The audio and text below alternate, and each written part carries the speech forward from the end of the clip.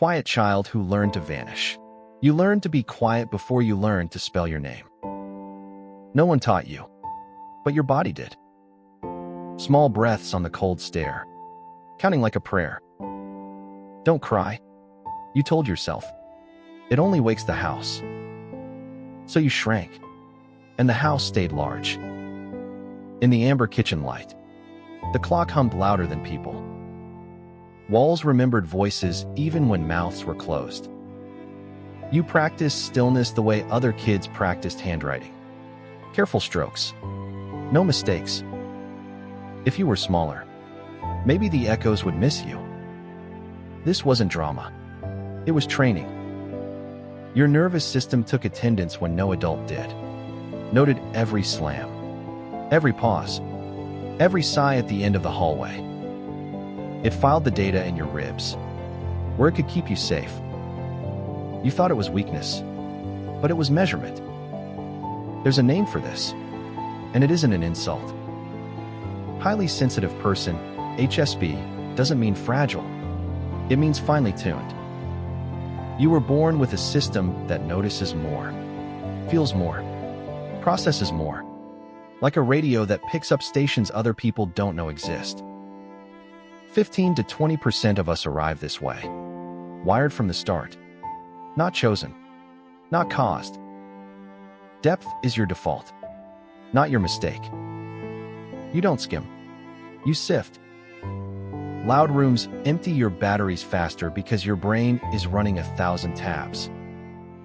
A small shift in tone, a chair leg dragging, the way someone doesn't meet your eyes, you log it without trying. You've been told to toughen up so many times that tenderness sounds like a trap. But tenderness was your first language, learned on stairs and in doorways, under the tired glow of a hallway bulb. You became less to survive, and the world mistook that for your size. It never was. Here's the quiet truth you weren't given. You are not too much. You were too surrounded. Your feelings were never a flaw, only information delivered at full fidelity. And now, as you listen, you can choose to keep shrinking or start translating what your body has been saying all along. 8 traits that feel like someone read your diary. You've spent years thinking you were strange for feeling too much. But when you hear these small truths, something stirs inside, recognition. It's that subtle ache of finally being described. You notice details others walk right past. A friend's haircut, the edge in their laugh, the heaviness behind a fine, where others glide through a room. You collect fragments, tone, posture, silence. It's beautiful, but exhausting to always be the one who sees. Decisions never come easy. A restaurant choice can feel like a moral test, a crossroad that might undo something unnamed. You don't just pick, you time travel through every possible regret. That's not indecision. It's care amplified until it trembles. The world can be too much. Fluorescent lights hum like sirens. Crowds press like weather. Your body begs for air, for space, for a quiet corner where it can unspool. You're not fragile, you're full, overflowing before most people even notice the noise.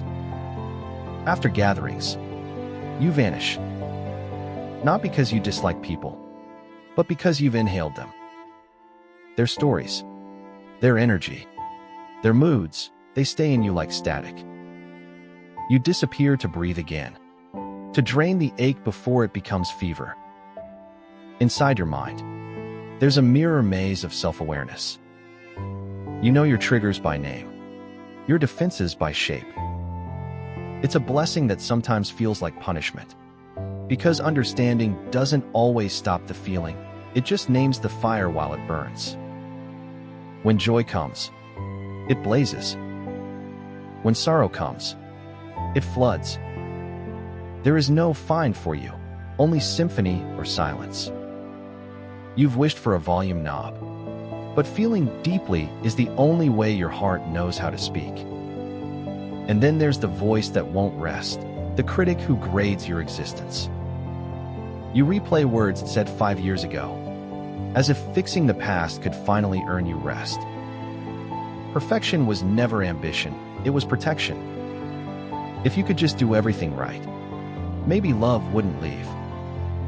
Even what you watch, what you read, you filter carefully. Cruelty on screen lodges in your chest. The screams of fiction feel real. So you turn away, not out of weakness, but mercy for yourself and for the world. So tell me, how many of these truths feel like yours? How many times did you nod quietly, half relieved, half afraid to admit it? You're not dramatic. You're just built to feel the weight of what others miss. And that's never been a crime. The art of hiding what hurts. You thought you were alone in this. The one who cries at commercials, who replays a conversation for days, who needs silence after joy just to breathe again. You believed you were the only one who carried feelings like heavy glass. But you weren't. You just lived in a world that told you to hide them. Society loves the strong, the unbothered, the ones who keep moving without blinking. They told you to toughen up, to stop taking things so personally, to grow thicker skin, as if skin could mute a soul. So you practiced pretending. You rehearsed smiles. You learned to nod and say, "I'm fine," little by little. You began performing a smaller version of yourself. You edited your sentences, swallowed your needs, quieted your laughter. You wanted to fit the mold, but the mold was made of concrete. And every time you bent yourself to match it, something in you cracked. You learned to hide your heart the way others hide their shame. To laugh at things that hurt. To comfort others when you were the one bleeding. To wear okay like armor because the world doesn't pause for your ache. But okay became heavy. It became the mask you wore so well that even you started believing it. And the more you played your part, the quieter your real voice became. Until one day, silence wasn't peace, it was erasure. You stopped crying not because you stopped feeling, but because you realized no one would listen if you did. So you folded your emotions neatly, like letters no one would ever read, and tucked them into the corners of your chest. And that's how hiding begins. Not in rebellion, but in longing for acceptance, for belonging, for safety. You weren't trying to disappear. You were trying to survive in a world that never learned how to hold softness without breaking it. The house that taught you to walk on glass. In some homes, danger doesn't shout. It whispers. It hums beneath doors, seeps through walls, lives in the spaces between footsteps. You grew up listening for it, every night a quiet audition for safety. When voices rose, your heart turned into an alarm system. You didn't just hear the yelling, you felt it vibrate through your bones. Your chest carried the thunder long after the storm was gone. While others slept, you stayed awake, learning to read the air like weather. When your mother's sadness filled the kitchen, it became yours. You thought if you could cheer her up, maybe the house would breathe again. So you learned to fix, to soothe, to patch everyone's moods with your tiny hands. At 8 years old, you were the family's emotional medic. You tried to be invisible, but alert. You memorized every creak of the floorboard, every signal of danger, so you could shrink in time, adapt in time, survive in time. And when someone said, "You're such an easy child," they meant, you're the one who never asks for anything.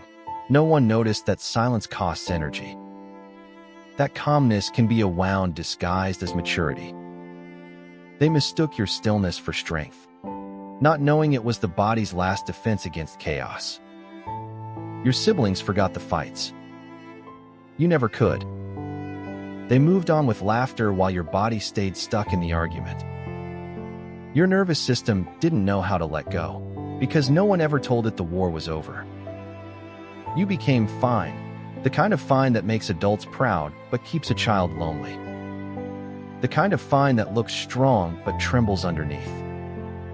You thought love had to be earned through silence, and safety meant disappearing before someone told you to. That's the cruelest part. You mistook survival for personality. And for years, you wore it like truth. The science of surviving what you shouldn't have had to. Let's be clear about something. You didn't fail your family.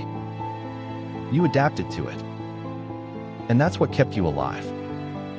You were an orchid in a field of concrete, reaching for light that never came. You needed gentleness. You got judgment. You needed holding. You got distance. So your body built armor made of awareness. Every sound, every shift, every breath out of place, your mind recorded it. You thought it was anxiety. It was vigilance. You weren't overreacting. You were predicting. That's what a sensitive nervous system does when it's been trained by danger. It learns to stay ahead of pain. Even now, you walk into a room and scan for emotional weather. Who's angry? Who's quiet? What might explode next? Your body asks these questions before your mind even knows it's afraid. That's not sensitivity out of control. That's trauma in disguise. You were told you were too much, but that wasn't true.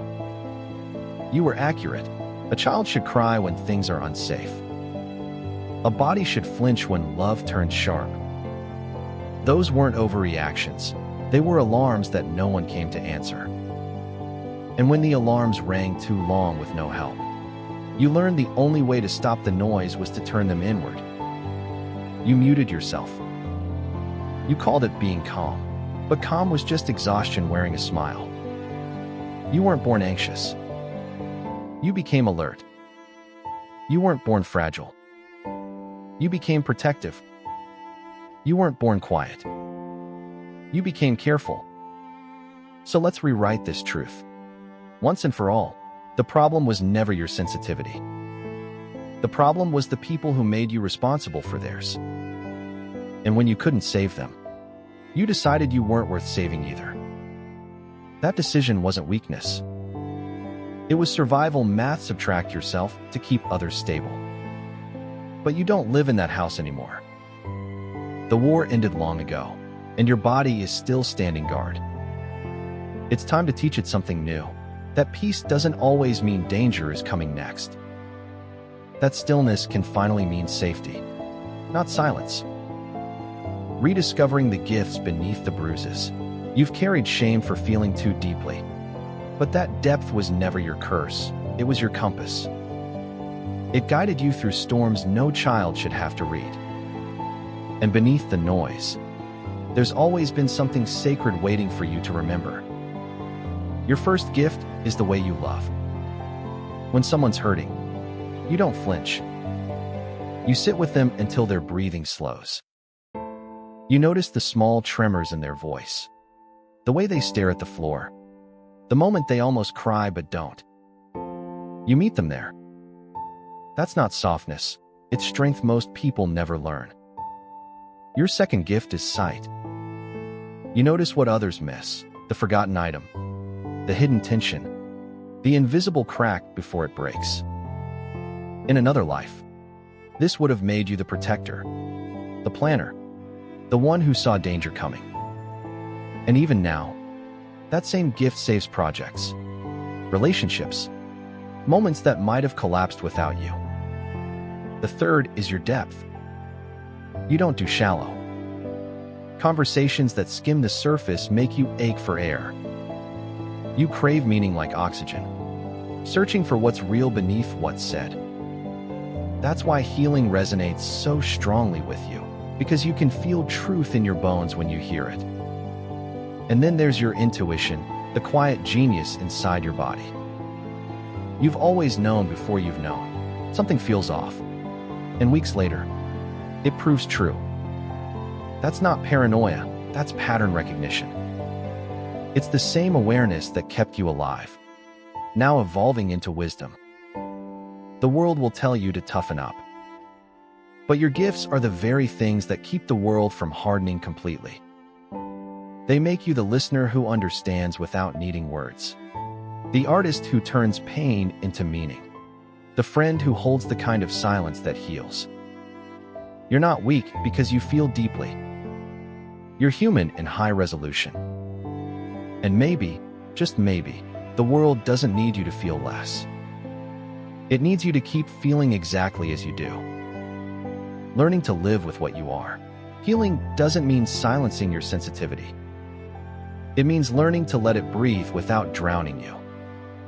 Because your heart isn't broken, it's just tired from holding too much for too long. The first step is separation. Not everything you call sensitivity is a trait. Some of it is trauma, still echoing through your nervous system. You can be both gifted and wounded. The work is learning which voice belongs to which. Therapy, journaling, somatic release, each one turns the volume down a little. It's not about changing who you are. It's about calming what happened to you. The second step is rewriting the story they gave you. For years, you repeated their sentences. You're too emotional. You're too dramatic. You take things too personally. But those weren't truths.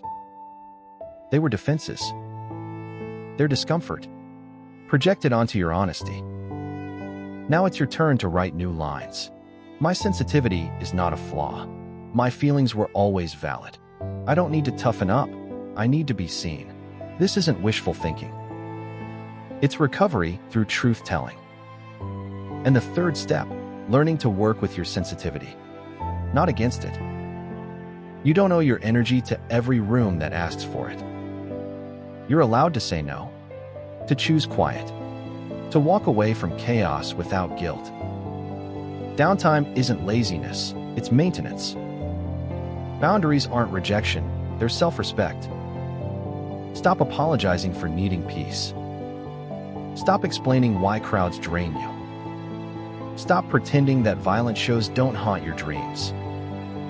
You don't have to adapt to what hurts you. Let the world adjust instead. Because healing isn't about becoming less, it's about becoming honest. You're not fixing yourself. You're unlearning who you had to be to survive. And as you do, you'll notice something small but sacred. The quieter the pain gets, the clearer your gifts sound. The world still needs the way you feel. You've spent years apologizing for your heart. But what if the world is starving for exactly that kind of honesty? The kind that listens, notices, weeps, and still believes in beauty after everything breaks. There's a reason only some of us are born this way.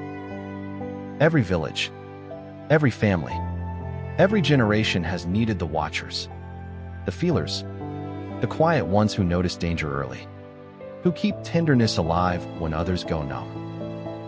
You are not an accident in the human design, you are balance. The pulse that keeps compassion from going extinct. So stop trying to fit into a world built for noise. Build one that understands silence. Let your home be soft, your work be slow, your love be deep. You were never meant to keep up, you were meant to hold on. Write that letter to your sensitivity tonight. Thank it for keeping you alive, for steering you through storms it didn't cause. Tell it, I'm done apologizing for you.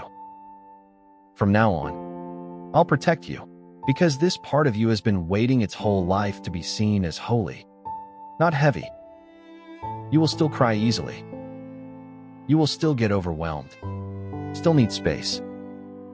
But now you'll know it isn't weakness. It's your way of staying human in a world that forgets how. You'll stop surviving by shrinking and start living by allowing. And maybe, one day, you'll meet someone whose eyes soften when you flinch. Someone who doesn't call you too sensitive, but says, "Thank God you feel the way you do." Because that's how empathy begins. One person staying open when everyone else shuts down. So take up your space. Let your feelings speak. Let your softness stand in the sunlight instead of hiding in the shade. You are not broken. You are the proof that feeling deeply is still possible. And that, in a world this numb, is a miracle.